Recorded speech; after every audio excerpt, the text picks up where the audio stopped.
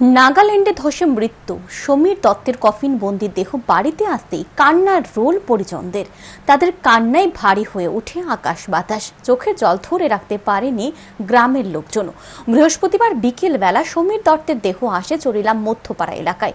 দুদিন আগে নাগাল্যান্ডে ফেরিমা এলাকায় হঠাৎ করে পাহাড়ে ধসে ঝর্ণার জলে ভাসিয়ে নিয়ে যায় সমীর দত্তের দোকান থেকে 5 কিলোমিটার দূরে ঝর্ণার জলে পরের দিন ভেসে ওঠে তার মৃতদেহ।